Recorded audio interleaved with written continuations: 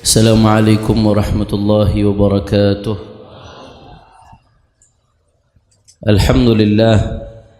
Alhamdulillahi rabbil alamin wa bihi nasta'in ala umuri dunya waddin.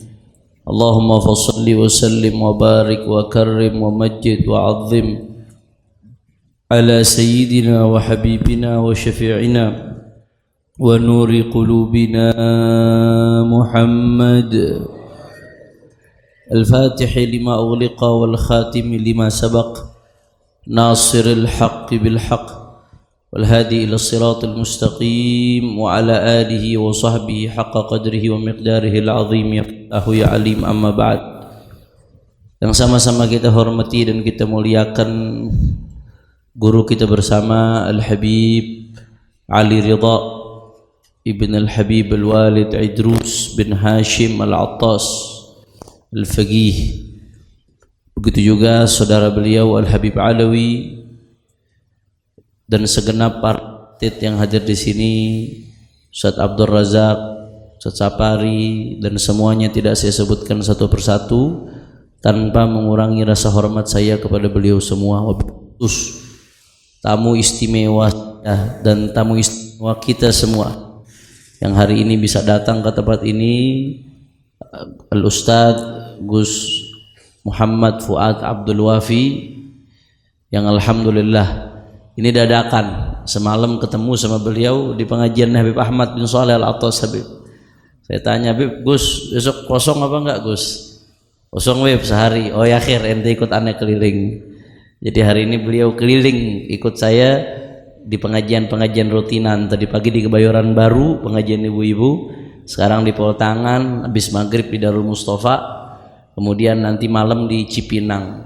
Ya insyaallah, mudah-mudahan guru-guru kita Allah kasih panjang umur, sehat walafiat dalam ketaatan kepada Allah, menangkan perjuangannya, amin ya rabbal. Dan salam penghormatan yang paling istimewa saya hadiahkan kepada hadirin hadirat, muslimin muslimat, mukminin mukminat yang hadir pada sore hari ini di majelis yang mulia ini. Kita minta sama Allah, mudah-mudahan tidaklah kita keluar dari tempat ini kecuali semua dosa kita diampuni oleh Allah.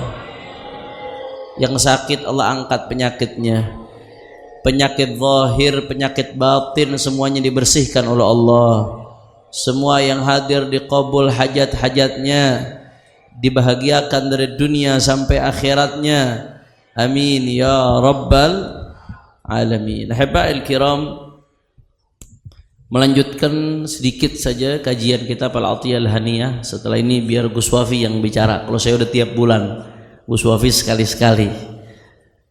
Wala tahzan wala tahtam wala taghtam min al-i'rad minhum anka والاعتراض عليك في المقاصد الحسنة التي تقصد بها وجه الله الكريم مما يعود نفعه على الخاصة أو الكافة أو العامة، فإنهم في الغالب يعرضون عنك ويعترضون عليك، وذلك بواسطة الشيطان ينفرهم عما يعود صلاحه إليهم لأنه يكره تآلف المؤمنين وتناصرهم واجتماع كلمتهم. Kata Al-Habib Ali bin Hasan Al-Attas, ini khususnya untuk kita pejuang-pejuang dakwah nih, lebih khusus lagi, umumnya untuk semua umat Islam, tapi khususnya buat kita anak majelis atau siapapun yang berjuang ikut menyebarkan kebaikan, menyebarkan ajarannya baginda Nabi besar Muhammad sallallahu alaihi wasallam. Wala tahzan, jangan sedih. Wala tashjan, jangan sumpek. Wala tahtam, gak usah peduli, jangan dihero kalau orang Betawi. Gak usah peduli, jangan diheroin. Wala taghtam, jangan kau galau. Dari apa semua? Dari apa semua itu? Minal i'radi minhum anka wal i'tiradi 'alaika fil maqasidil hasanah allati taqsidu biha wajh Allahil karim.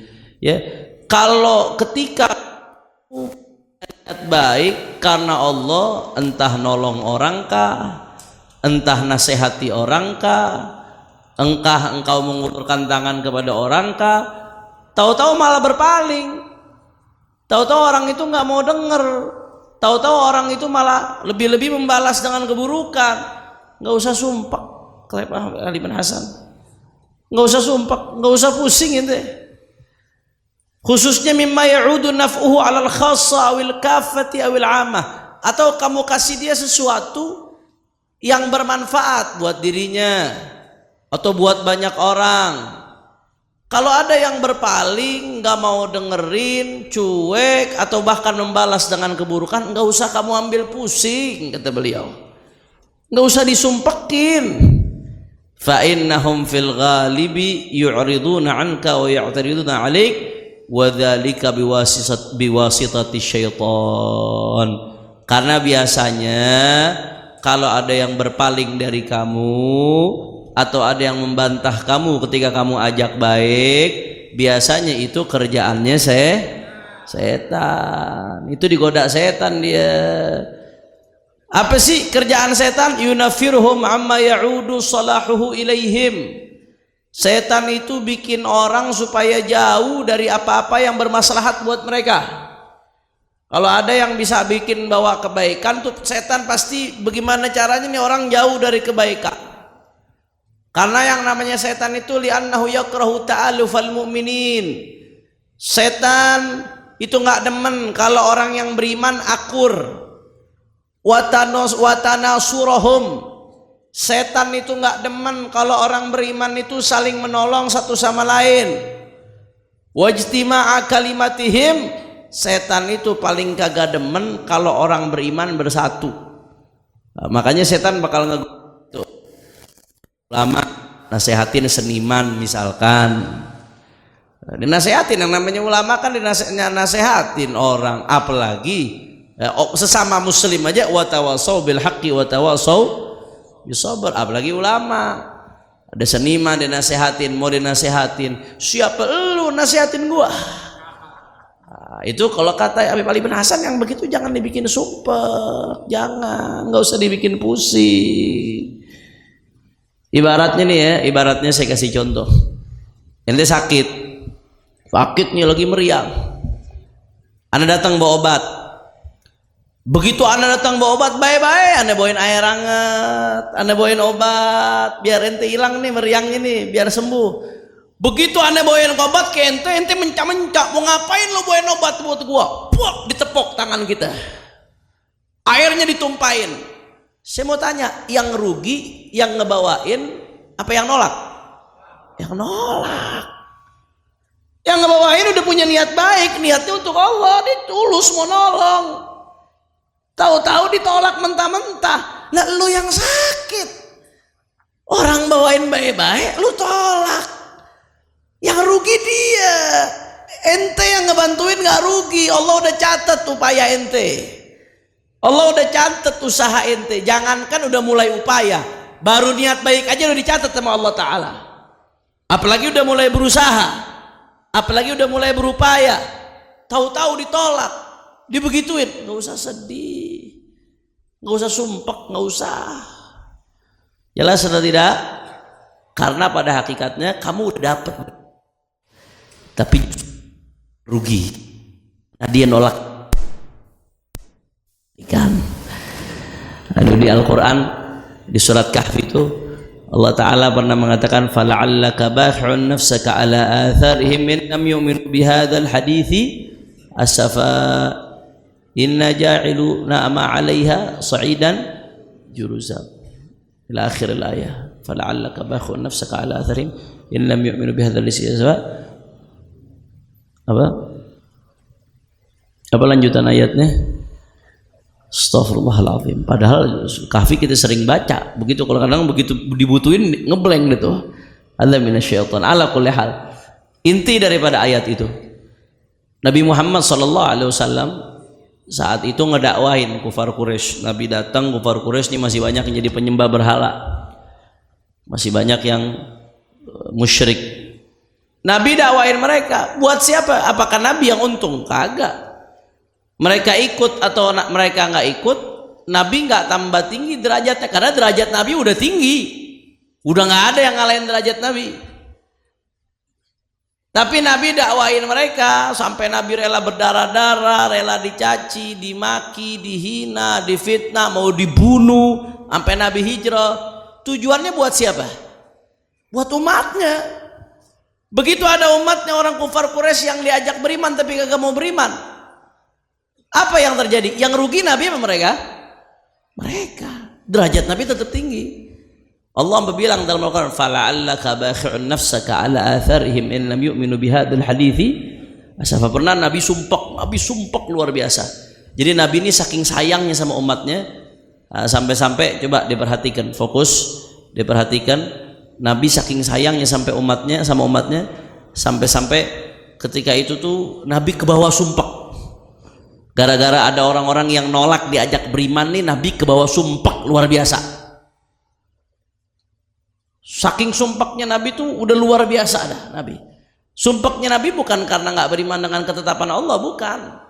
Nabi orang yang paling beriman dengan ketetapan Allah.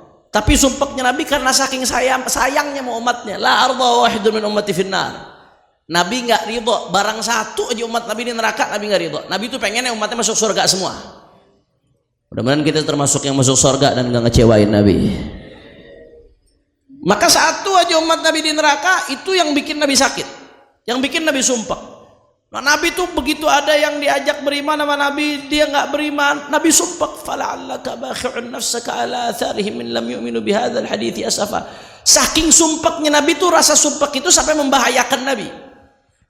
Akhirnya Allah bilang dalam Al-Quran, "Fala'allaka bakhi'un nafsaka 'ala atharihim in lam yu'minu bihadzal hadithi asafa." Hai Muhammad, kata Allah Ta'ala, mungkin saja engkau ini membahayakan dirimu karena saking menyesalnya, karena saking sumpeknya engkau melihat mereka yang nggak beriman. Rasa penyesalan dan rasa sumpek ini mungkin bisa membahayakan dirimu ketika gara-gara mereka yang nggak mau beriman dengan Al-Quran, bihadzal hadits, Al-Quran maksudnya. Kata ulama tafsir, Muhammad, la yastahiqun hadza minka abadan. Artinya Allah mau bilang sama Nabi, mereka nggak pantas kamu sumpekin, mereka nggak pantas kamu galauin. Udah, kalau mereka nggak mau nerima, mereka yang rugi. Kira-kira jelas apa kagak? Nggak usah sumpah. Yang penting tugas kita nyampein, wa ma alaina illal balagh. Tugas kita nyampein baik, orang nerima nggak nerima bodo amat, itu kita serahin sama Allah Ta'ala. Bahkan kita masih kadang-kadang nggak diterima doang. Rasulullah sampai ditimpukin. Nanti akan diceritakan bagaimana perjuangannya para anbiya ketika dakwah ke umat mereka masing-masing. Ada yang sampai dibunuh, ada yang sampai ditimpukin. Kita masih ditolak doang, masih dapat omongan gak enak doang, terus mau sumpah, terus mau berhenti dakwah, terus mau galau. La yastahiqun. Anda pernah cerita di sini omongan Habib Ahmad bin Ali bin Abdullah, Habib Ahmad bin Ali bin Ahmad bin Abdullah bin Talib al-Attas, abahnya Habib Bagir al-Attas, mertuanya Habib Tahir al-Kaf. Karena diceritain sama Habib Zaki al-Idrus, waktu itu Habib Tahir al-Kaf tuh lagi kencang-kencangnya dakwah. Akhirnya ada sebagian orang yang kagak mau ngerti, nggak mau tahu. Habib Ahmad ngelihatnya udah sumpah, "Khalli ya Tahir, man baga jahannam falyadhhab ila jahannam. Man baga jahannam khalli ila jahannam." Biarin Tahir, yang mau ke neraka biarin ke neraka dah. Tuh abahnya Habib Bagir Pekalongan ngomong tuh, ente nggak usah sumpah, yang penting ente udah nyampein, man baga ila jahannam khalli ila jahannam. Yang mau ke neraka biarin ke neraka, yang penting tugas kamu udah nyampein, kamu dapat pahala gara-gara nyampein. Kalau dia nggak mau nerima nasihat yang baik, yang rugi dia sendiri. Ibarat orang sakit dibawain obat, malah yang ngasih obat diomelin, dimaki-maki, padahal dia yang lagi sakit butuh obat, yang rugi dia sendiri. Maka yang begitu nggak usah dibawa sumpah. Jelas atau tidak? Faham? Nah, ini jadi motivasi buat kita ya, jangan sampai hal-hal rintangan seperti ini menyebabkan ini menjadi hambatan dalam dakwah kita, sehingga kita nggak semangat lagi dalam menyampaikan dakwah. Jangankan seperti itu, bahkan dalam satu athar disebutkan, sayati ala nasi zamanun la antakuna fihim jifatu himar ahabbu ilaihim min mu'minin ya'muruhum wa yanhahum. Dalam Ihya disebutkan, saya sering sebutkan ini, nanti akan datang satu zaman, andai kata ada orang ya, andai kata di tengah kampung ada bangkai keledai, saya sering sebutkan ini, Ada bangkai keledai di tengah kampung, bau busuk. Di tengah kampung ada bangkai keledai, bawa penyakit itu bangkai. Lalernya udah kemana-mana. Itu lebih disenangin oleh orang daripada kalau ada orang mukmin yang amar ma'ruf nahi munkar. Ada orang mukmin yang ngatur, ini halal, ini haram, ini hak, ini batil. Mendingan bangkai di tengah kampung bawa penyakit daripada ada orang yang nyampaikan kebenaran. Itu di akhir zaman tuh. Makanya jangan kaget sekarang kalau ada ulama nyampein kebenaran dicaci maki, dihina-hina, difitnah. Yang korupsi siapa? Yang dimusuhin habaib. Betul apa kagak? Yang rampok siapa? Yang dimusuhin habaib, yang ngajak orang ke majelis, ngajak orang sholawatan. Iya, emang ada 1, 2, 3, 4, 5, 10 habaib dari sekian ratus ribu, dari sekian juta yang bejat ya ada, bukan malaikat habaib.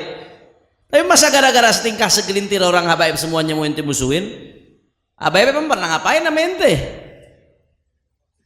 Gak usah bingung, kalau ada yang begitu gak usah kaget. Emang udah sunnatullah. Yang penting tetap kamu berbuat baik. Urusan orang mau ikut gak ikut serahin kepada Allah.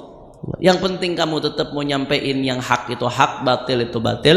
Urusan orang ikut gak ikut serahin sama.